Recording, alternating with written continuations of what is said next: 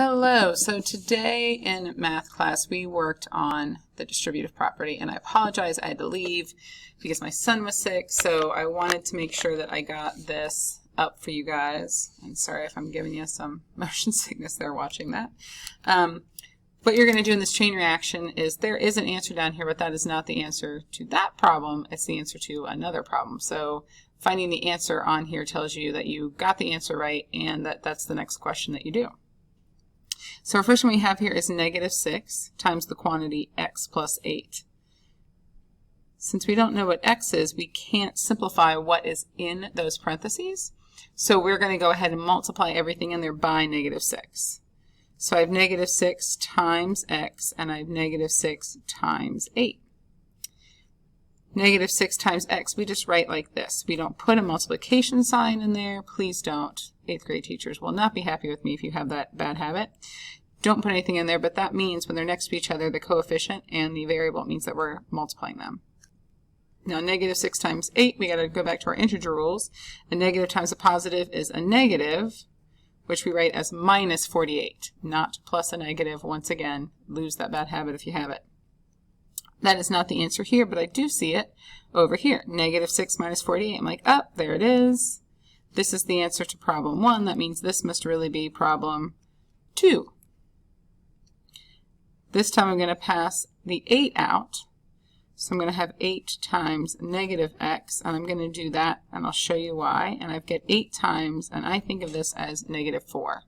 So if there is a sign in front of it, I'm going to take it with it. Now when it's positive, I didn't write a little plus sign next to it, but positive, we always write positive numbers just how they are. We don't put anything in front of it. But when I write something that's negative, I do put the negative sign in front of it. There's a -1 right here, and I need to actually multiply this coefficient times my 8. So that's why I went ahead and put it in the parentheses first. I didn't want it to look like 8 minus x, rather. I wanted it to look like 8 times -x. So this will become -8x. 8 times -4 will be -32. So another time, I'm going to go look, and I'm like, oh, there it is. That is the answer to problem 2. That means this is really number 3. 4 times 1, 4 times 9x. And I get 4 plus 36x. Now we know that we're really supposed to write that with the variable, the term that has the variable out front. So we can flip that around. However, you may find the answer on here written like this, which we know is wrong. Got the idea? So this is number 3. That means this is problem number 4. And I am going to pause it and turn it back on and have all the answers there so you can look through them. I want you to try them and then use this as a way to check yourself.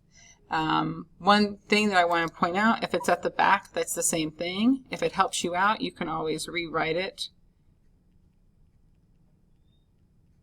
like so.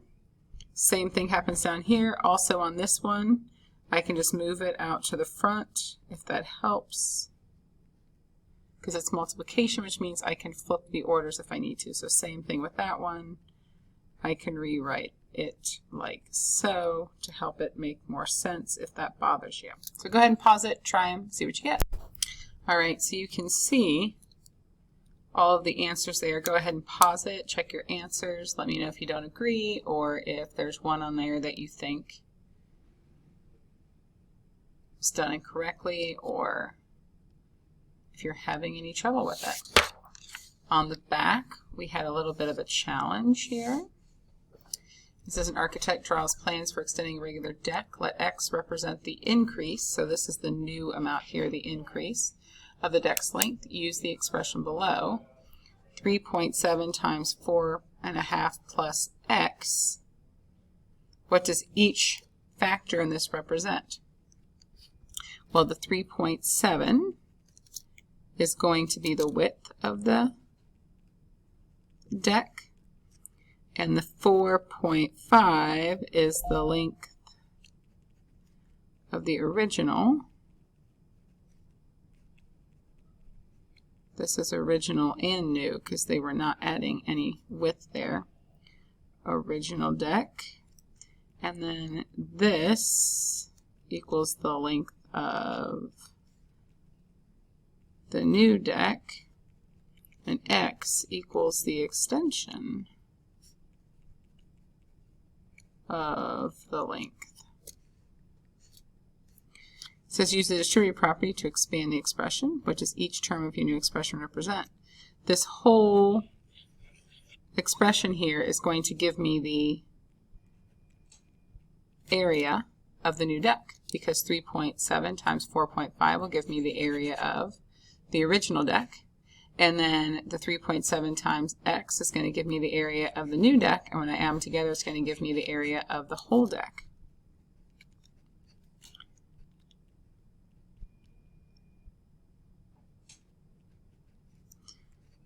So 3.7 times 4.5, that is this area right here. And then the 3.7 times x is going to give me that area right there. And 3.7 times 4.5, I had somebody say, I don't remember how to multiply with decimals. Same way I do other two-digit numbers.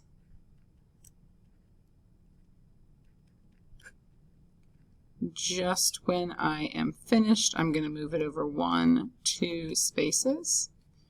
So I will end up with 16.65, which is the original area of the deck, plus 3.7, which is the new part, and this gives me the total new deck. So extension, original, total new deck.